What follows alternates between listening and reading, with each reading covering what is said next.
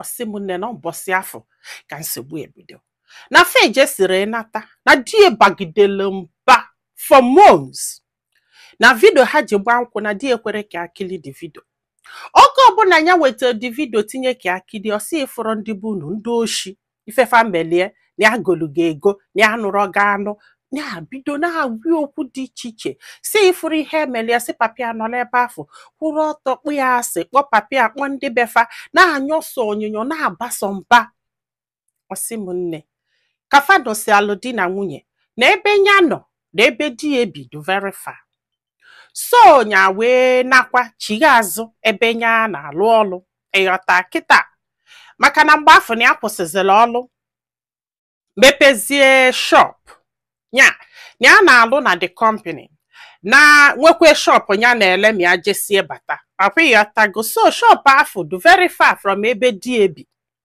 So ka agbasialụ nkwụnye chighekwa azụ ebe afọ ya na-ele shop jenọlụ di ebile ebe nya nwa bi. Every weekend ya bịa sie ndị zacha ụlọ mee ihe niile ịmagonu ka ya na die nọchala obele honey ha n'ọlụ mana honeymoon afọ abụrụ honeymoon na ọ bagidekwa elie mba o na akwụ ya na ya goli ego nkenwa same this guy kwụla ọtọ gbanwee o. So ka gbalatazila ebe di ebi maka na ya gbalata chọbazia shop wee chọta shop mana before then ya bịa na weekend ifu die na di ama nkwe metu ya aka o. Na di ama nkwe metu ya aka ọ na-eme ka ya si na omisiri ya bịazi anya na-emetu aka na-emeli ebele na-asụ na nwoke ka ọ wee magolo ụdị ha anwa ihe a ka a na-eme consistently ọ bụ nya nwaga na-ayọ ya ayọ na mgbe ya na-agwa anyị ha na ya adụghị ime o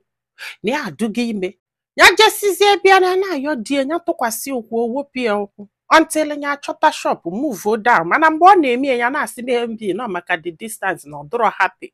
mana still ka move in the same thing continue though. Osimunne ya fusila anya aka na-ekwu this guy ya kwụsị imetụ aka entirely cha mara don nkweze emetụ ya aka ya na-asị akede ha ọsị na ndị be ha buru ewayo ndị be ha wesiele ego aji wee zụ afịa na agoli ego ihe a na-afịọ ya yọli agbogo cha ya yọli agbede cha ka a na-agwa m ihe ahụ ya na-ebu afọ ime sosia. Osimunne na ife afịa mgbe ya dị ime na afịa etoke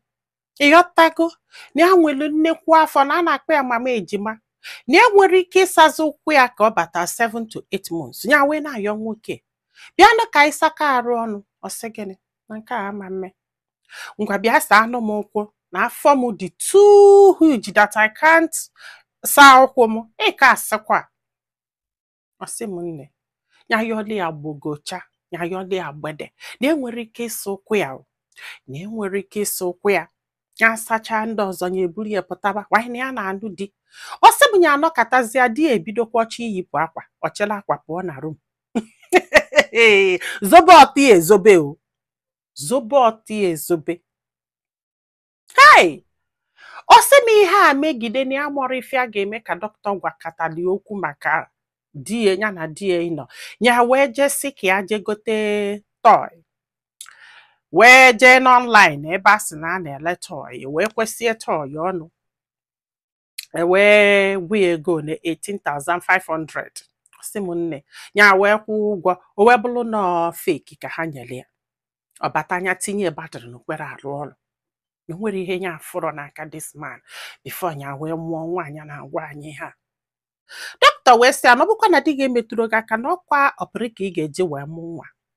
ka ayọgidere ime elu 8 months ya wee kpọọ mami ya wee gwawa mami ya wee kpọọ ya mana ka ekwasịrị mami ya na-asị mami ya gwara mami ya wee sị ya mba na ya ga-agwa ya nọọ ihe gbasalụ ndụ na ọnwụ bụ ihe a. Mami ya wee kpọọ ya wee gwabi okwu gwasị anya okwu na ọsọsọ that once ka o metụli aka ka mami ya gwasịrị okwu o wee joinikwa nke anwụ n'enu ego ndị befe na alịa like joinikwa ya azanụ na o ji pali akọbalụ ndị befe once ka o metụli aka mgbe mami ya gwasịrị okwu. Osimunne wee bube afọ ime ebusi afọ ime wee jee ịmụ ya na awali afọ wee kupụta ya ka ekupụtelu nwa mami ya wee bịa ọmụgwọ ihe a na-ewute mami ya maka na mami ya ma ihe menụ Mami ya wee sị anụ ụmụ nwaanyị niile nya mụrụ na o nwere nke ji operation wee mụ nwa n'ọsọsọ this very girl maka na ikwere metụ ya aka n'ife imele ajọka.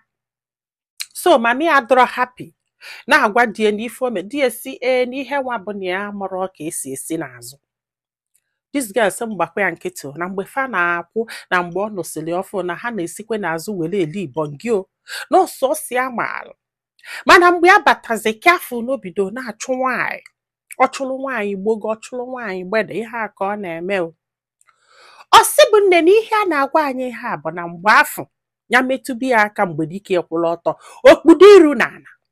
ọ mado afọ n'ala welu mgbe dike sukrido na bed ntụ ma ọ ga-eri nwunye ibongi. Ọ sị m si ka ya ekwu ọsị na ya ga-apụkwa na room, si ka ya ekwu welu pilo pụọ na room jee na palọ jee dinelu. Ya pụtazi ụtụtụ jebe afịa unu amakwa ihe nwoke a ga-eme, o jee gbaba ncha, ọ welu ncha ọ sị m nya mgbe afọ na ya ka mara ife this man na-achọ ime. Ya wee bido nọchọba nwa ya mami ya nọsịa sị ya na ihe ome adọrọ ma basịala ya mba ihe nwe ekwechilikwe. Still nwoke ju na ọma mmetụ ya aka fa na-aba na-ese abalị otu ụnya na-esogiri this guy na-arịa mgbe dike ekwula ọtọ mmadụ afọ na ana ị mara ife a na-agwa gị. Ọ sị m nne o wee luo one day o nwere this particular girl na-akpa ya consistently. This girl wee kpọnya ya wee soli ya wee pụba ilo ịghọtago pụta na palọ nya pụta na palọ pụta ilo nya pụta ilo wee sị ọkwa this very girl maka na ya akpọkwugo the girl meche investigation do sure ime ife dị egwali ya si egwu ada atị ya na o nwere right ịgwa ife a ga-eme na nwoke ka ọ bụ ha aka na-ekwu di ekwokwutie n'ime na ebe ya nọ tọdi aka na akpịrị wee welụ mbọ kakasịcha anya obi wee kwa anya isi n'aja 3 times.